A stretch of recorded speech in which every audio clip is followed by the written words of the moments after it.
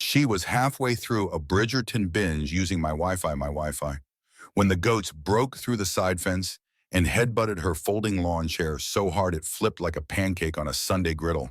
I watched it all from the barn's security feed, coffee in hand, jaw clenched so tight I could taste enamel. Karen HOA. Karen. Robe still silk, Crocs still unmatched, and composure shattered, screamed like she just caught the goats personally hacking into her Netflix queue. But the truth, the only thing being hacked was my patience. You ever watch something absurd unfold in real time and ask yourself, is this really happening? Am I the only one seeing this? Because that's where I was. That second, that's the exact moment I knew this wasn't some minor neighborly hiccup. This was war. Out here on the edge of the world, rural, raw, real. You expect certain things. You expect the signal to be spotty.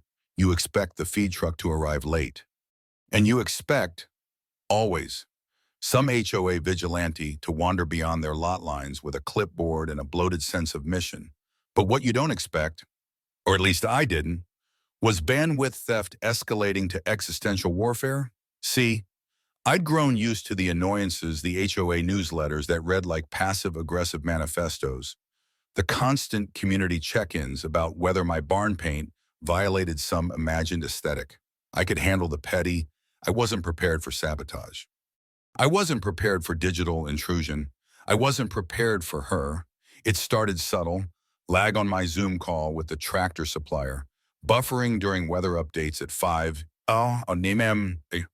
when all I wanted was to sync irrigation data before the sun started punishing the field. First, I blamed the trees, then the windmill interference, then insulation around the barn walls. But one morning, in a flash of caffeine-fueled curiosity, I logged into my router dashboard and there it was. 6 connected devices, but I only owned 4.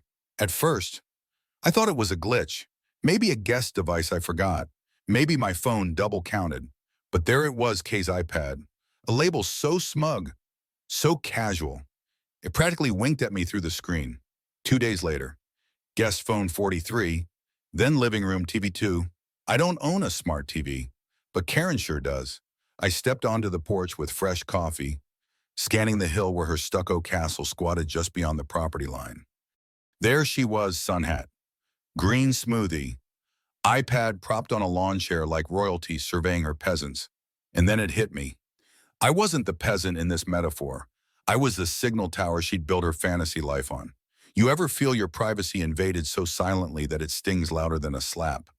I changed the Wi-Fi password that afternoon. Simple, firm, felt like reclaiming sovereignty. I figured it would be enough. But Karen doesn't do enough. She does extra. By sunset, she was marching up my gravel drive like a war general whose supply lines had been cut. No knock, no greeting, just a full volume screech. Why is my internet down? I blinked. I'm sorry. She didn't wait. She launched into something about shared airwaves and community resources. She said the HOA had guidelines about mutual technological courtesy, especially in rural zones with overlapping signals. She was quoting imaginary bylaws with the conviction of a preacher reading from a gospel only she could see. I reminded her, calmly, that my property wasn't part of the HOA and never had been. She flinched, then pivoted, said my weather antenna might be giving her migraines, maybe cancer, maybe worse. Her voice climbed octaves. She gestured wildly at my barn like it was a military installation. That night, I installed a network monitor, nothing fancy, just enough to give me device logs. And within 24 hours, her digital fingerprints crept back in like mold behind drywall. Karen iPhone, backup Karen. Even her goddamn refrigerator pinged my network. I double-checked. Yes, her fridge. Now, tell me what kind of person connects their fridge to a neighbor's Wi-Fi. The final straw came quietly. Monday morning, my backup camera system failed to upload overnight footage. A fox had slipped past the fence line. The chickens had scattered. The footage was corrupted. Not because of the fox, but because Karen's devices had choked my upload bandwidth at 203. So I called the HOA. Naively, the receptionist tried to stifle a laugh when I explained the situation. She told me, We encourage neighbors to resolve tech issues privately first. I hung up before I said something that'd land me on a watch list. The next day, Karen shouted across the road with a megaphone. A megaphone accused me of digitally hoarding. As if I'd buried a treasure chest of broadband under my barn floor and refused to share, I turned to the only witnesses I trusted, my goats. I set up a trail camera at the far corner of the pasture, where the signal was strongest. And sure enough, like clockwork, Karen strolled into range each morning, coffee in one hand, tablet in the other, walking in slow circles like a pilgrim searching for bars. One day, she even brought a folding chair, camped just inside the edge of my property line, giggling at TikToks while the goats glared like furry bouncers guarding the club. I replayed the footage over and over. My land, my signal, her smug, parasitic calm. That was the moment the fuse lit. No more politeness, no more subtlety. The next morning, I didn't change the password. I changed the network name. 3 words, bold, direct, a digital billboard across invisible lines. Buy your own internet. You ever rename your Wi-Fi out of rage and find peace in the ping of devices disconnecting one by one? That was me, sipping my coffee, watching the log go silent. Then she called, voice trembling. I feel personally attacked.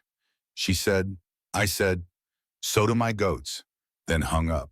For 20 whole minutes, my internet ran smoother than silk. But I knew that people like Karen don't retreat, they reload.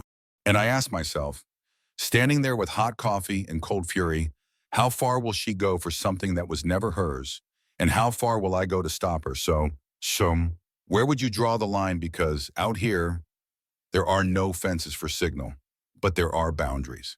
And Karen was about to learn exactly where mine were carved, with teeth.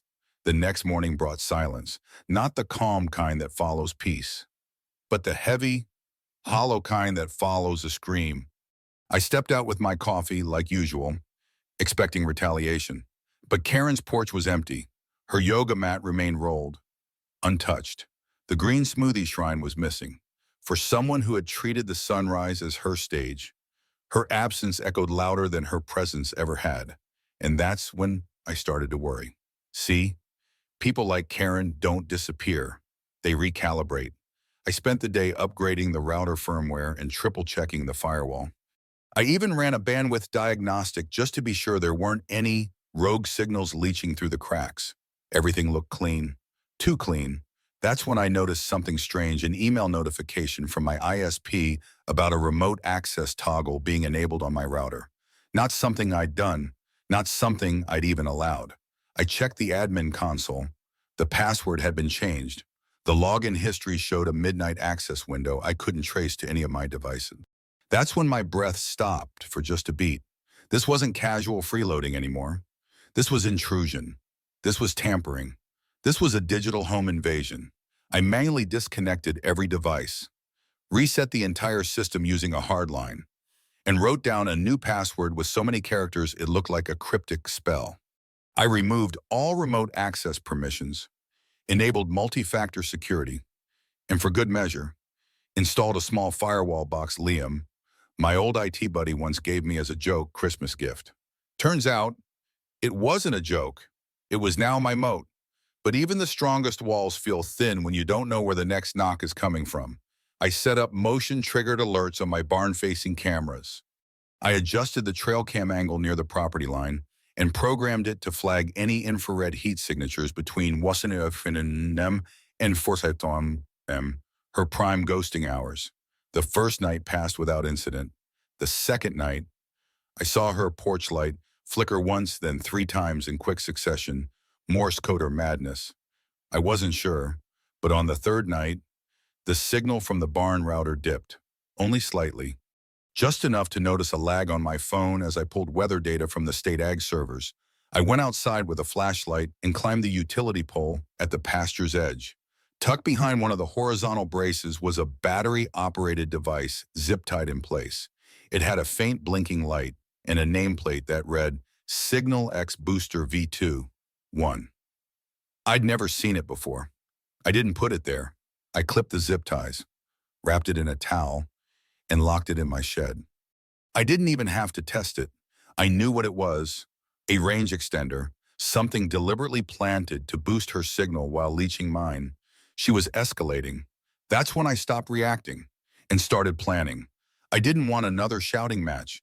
I didn't need another HOA form letter about community expectations. I wanted evidence. I wanted proof so irrefutable that even the bored half of whom still thought Wi-Fi was a type of cereal couldn't dismiss it. So I created a decoy file, a new network with a warm, inviting name, free farm Wi-Fi, no password, no warnings, just pure bait. But what it connected to wasn't the internet.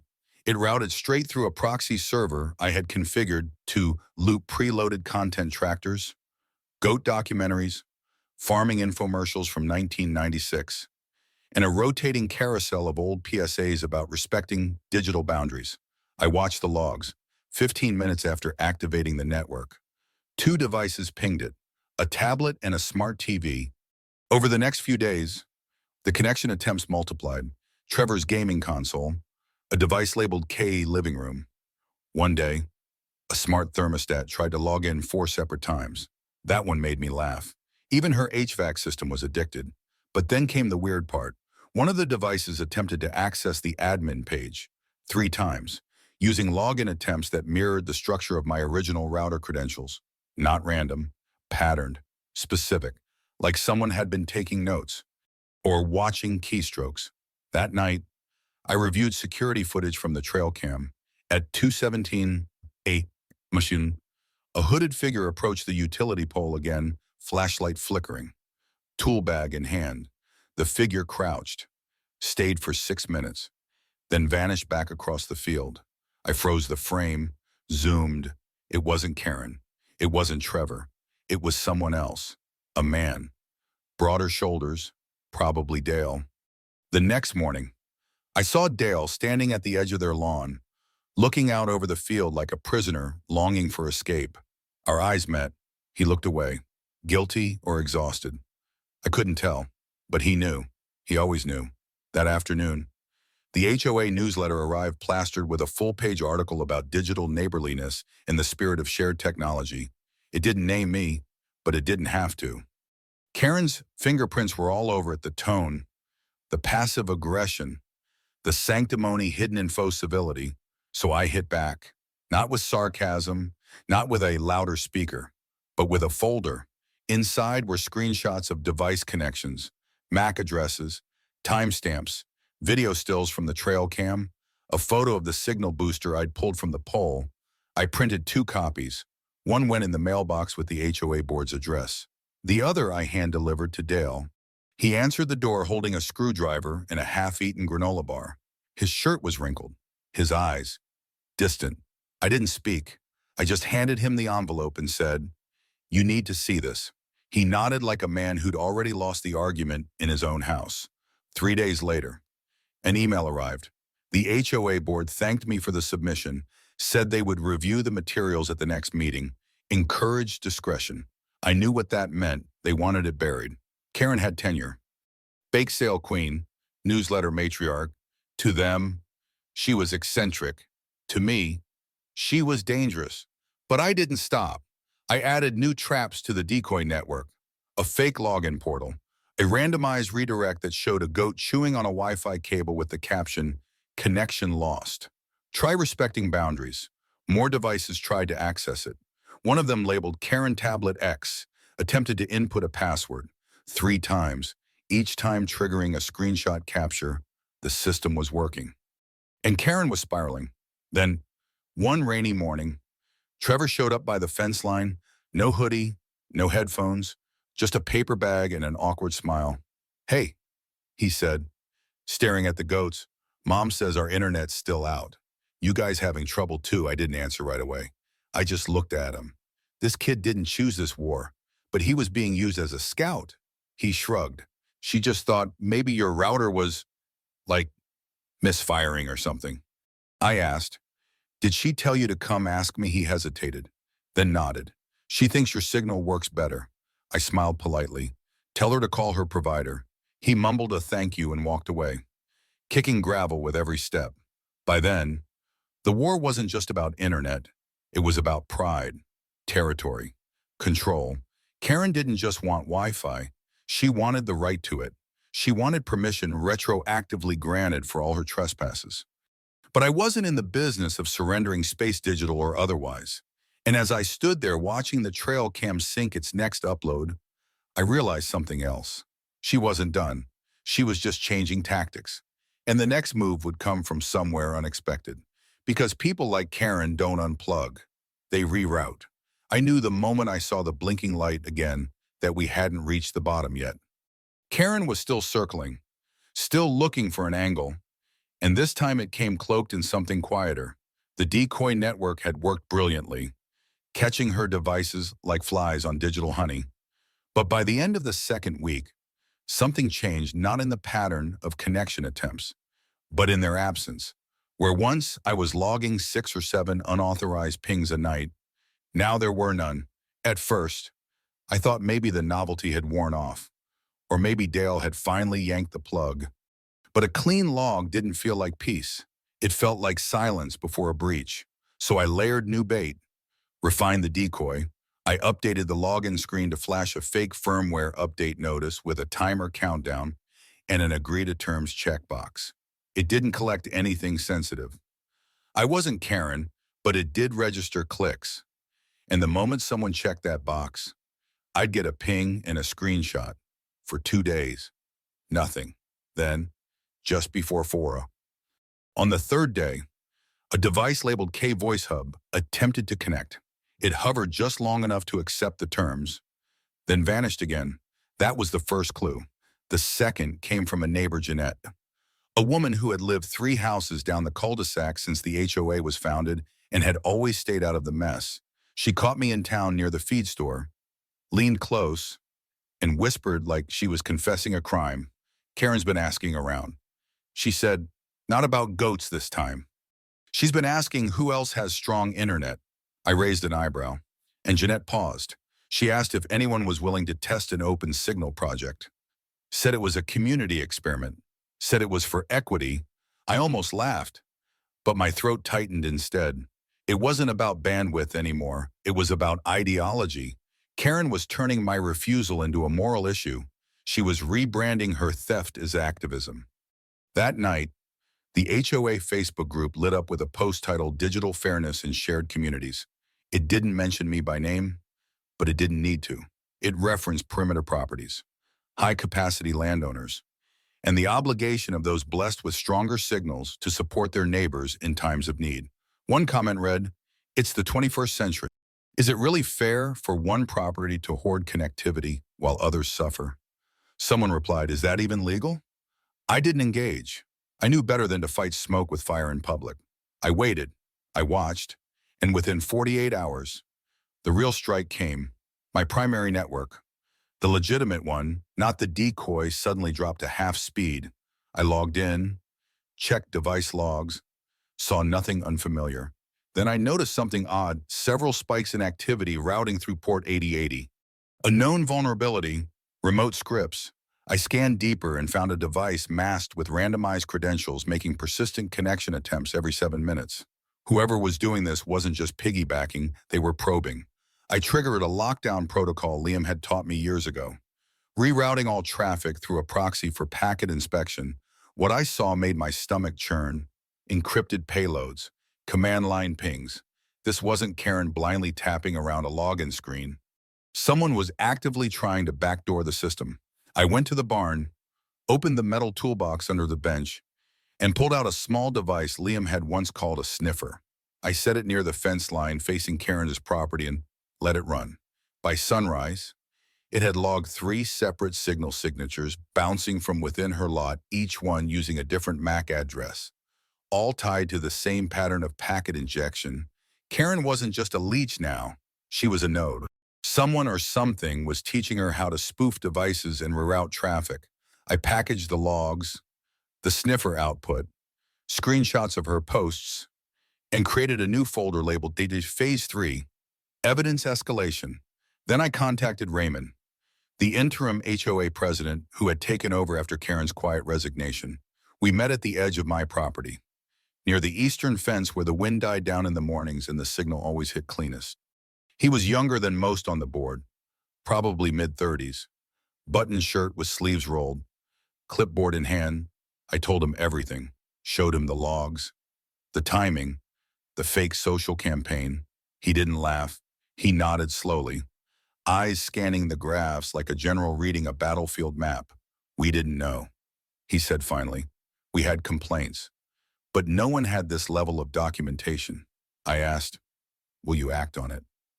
He hesitated. We'll start an inquiry. I can't promise the board will take direct action, but his voice trailed off. I didn't need promises. I just needed daylight. Over the next week, the decoy network saw renewed activity.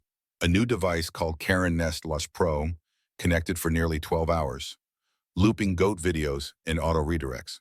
One day, I changed the loop to a series of images, a slideshow of the device logs, screen grabs of her own posts, and a final message that read, "You are being monitored." Again. That evening, I saw her standing on the porch, shaking her head like she couldn't believe the screen. The next day, the community chat exploded. Karen had mailed printed copies of my decoy message to every household. She claimed harassment, said I was conducting a cyber-psychological operation. She even suggested my goats had been trained to intimidate her during signal scavenging. I don't even know what that means. Dale stopped me at the mailbox 2 days later.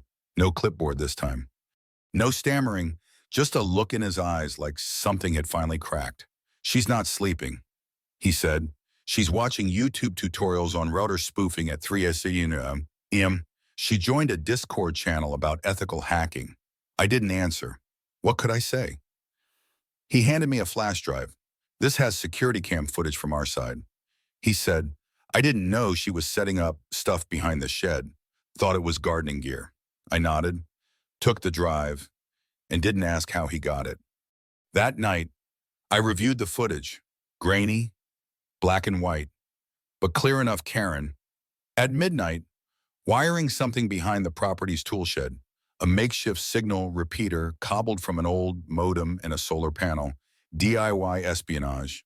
The footage was gold. I archived it, encrypted it, and added it to the folder. Then I updated the decoy message one final time. This time, it said, Karen, you've crossed every line. There will be consequences. The next morning, her porch lights stayed off. For the first time in months, there were no new devices, no pings, no passive-aggressive emails, but I didn't relax. I knew how this worked. Karen was retreating.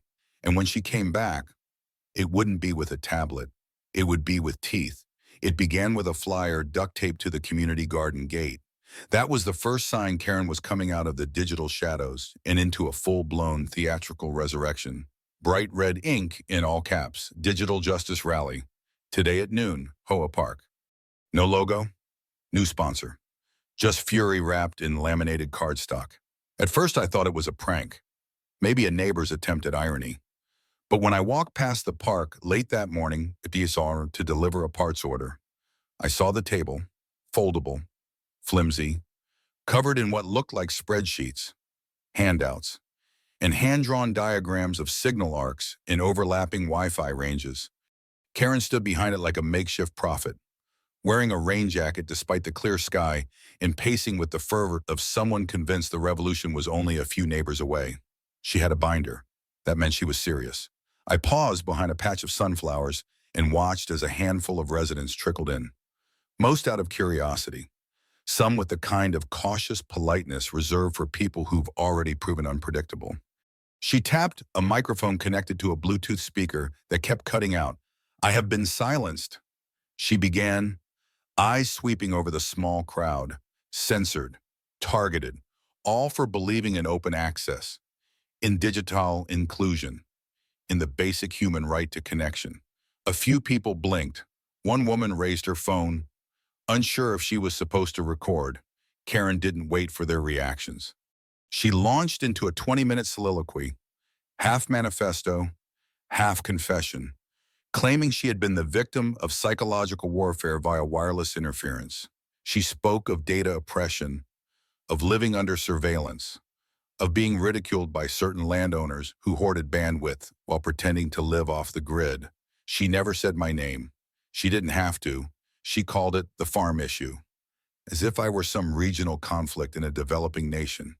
Behind her, taped to the table, were pages of screenshots blurry, misaligned, some from my decoy login screens, others clipped from neighborhood group chats.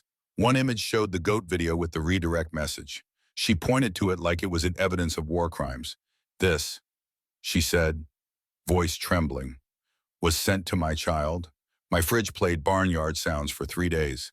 My smart home system no longer recognizes my voice. My sense of safety has been violated.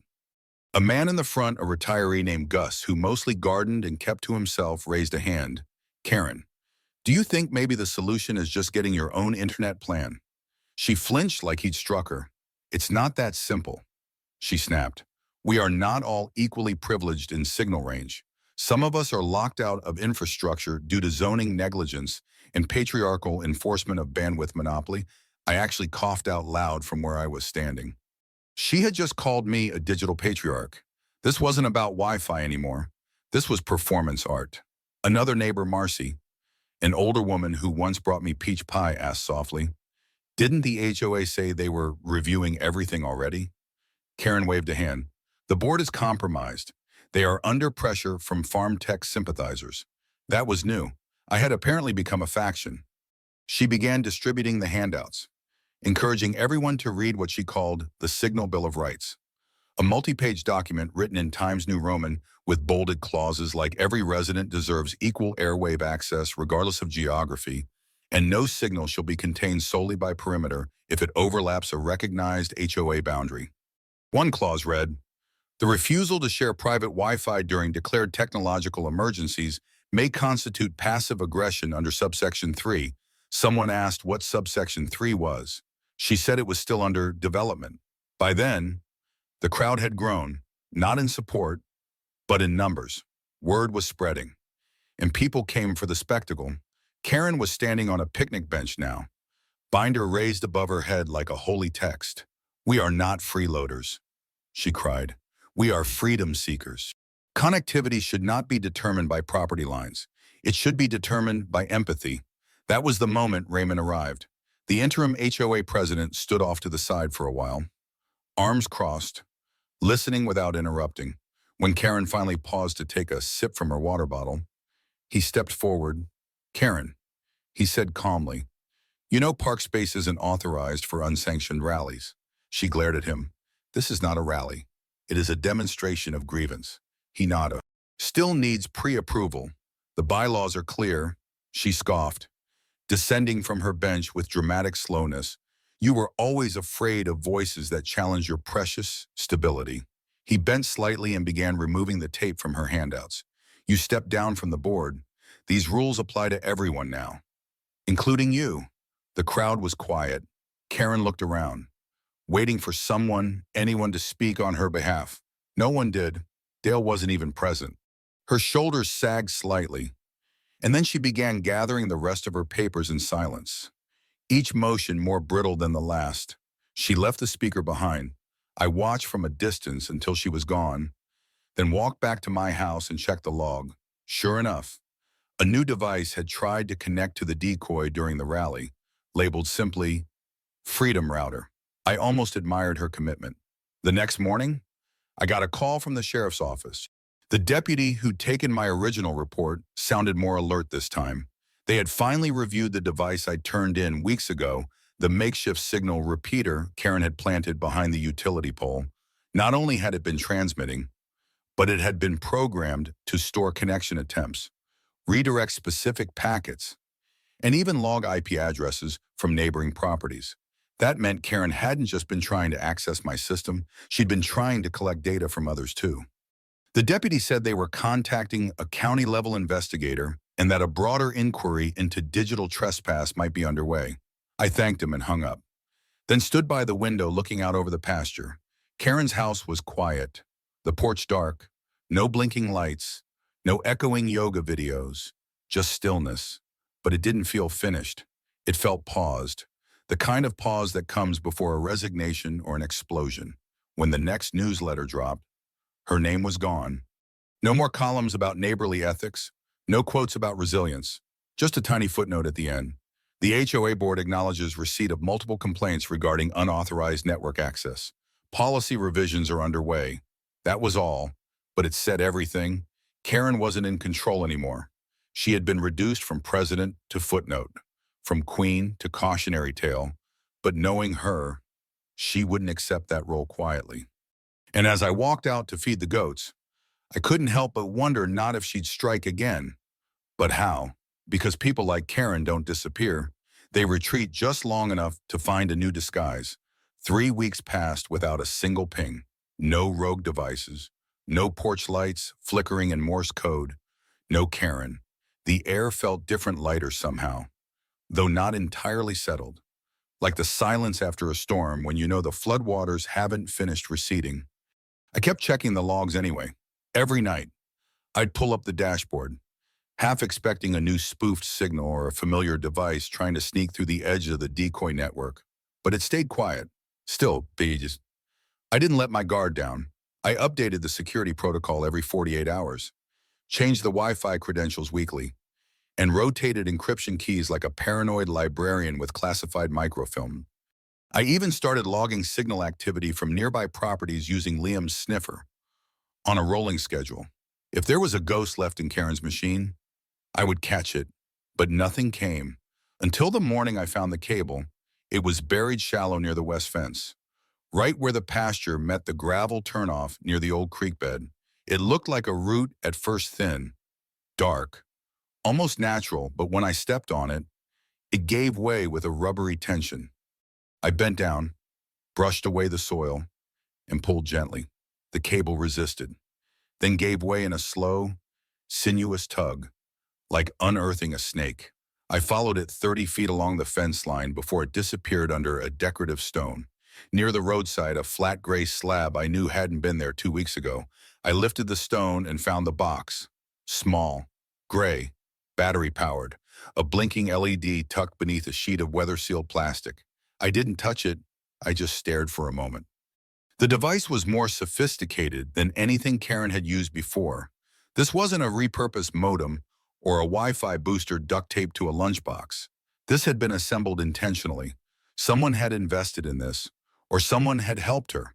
I took photos, packaged it using nitrile gloves, and drove it into town to the sheriff's office. The deputy who had handled my earlier reports met me with a nod that said everything he'd been waiting for this. 2 days later, he called back with confirmation. The device had been configured to act as a passive signal sniffer and active redirector. It had been skimming for public and semi-private networks, capturing handshake attempts, and logging failed authentications. It had also attempted to reroute smart devices via a spoofed DNS server. But the most alarming part, it had interacted with at least 4 other nearby networks, not just mine, meaning Karen had either escalated her war to new targets or she'd lost control of the tools she'd built. Either way, it was no longer just a neighborly feud. The investigation was handed off to county-level cybercrime. I didn't celebrate. I went home and locked down the shed, reinforced the antenna brackets, and updated the decoy to a new version, one that rerouted to a legal disclaimer about unauthorized access and embedded device fingerprint tracking with a time-sensitive redirect key. I wasn't playing defense anymore. I was building walls tall enough to cast shadows. Then, one late afternoon, Dale showed up again. No envelope, no bags of banana bread, just a hollow look and a slow, reluctant walk across the grass. He stopped at the gate like a man waiting for the ground to forgive him. I didn't speak first. He did. "We're moving." He said, "It's done." His voice was flat, resigned, almost relieved. No listing, just a private buyer. She needs quiet, somewhere smaller.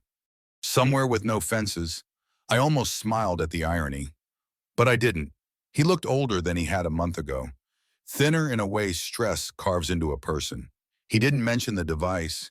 He didn't mention the investigation. He just said, "She left something for you." He reached into his coat pocket and handed me a sealed envelope. white and creased from being carried too long. I waited until he walked away before I opened it. Inside was a single sheet of printer paper, folded twice, in clean, almost rigid handwriting. It read, "You were right to protect your boundaries." That was it. No name, no apology, no excuses, just one sentence that finally admitted what weeks of denial and escalation never could. I read it twice, then slipped it into the drawer of my desk, the one where I kept things I didn't need to see every day, but wasn't ready to throw away. The truck came that Saturday. No drama, no shouting, just cardboard boxes, silent movers, and a final glance from Dale as the van pulled away around the bend. Karen never emerged. I don't know if she was in the passenger seat or crouched in the back, avoiding visibility. But the house went dark. For the first time in months, it looked like a house and not a bunker. Word spread fast, as it always does in neighborhoods where fences are thin and curiosity is thick. By the following week, a new newsletter arrived shorter than usual, with Raymond's name at the bottom and a note about upcoming spring road maintenance. No passive-aggressive essays, no calls for digital unity, just practical updates. I smiled. Then I shut down the decoy network.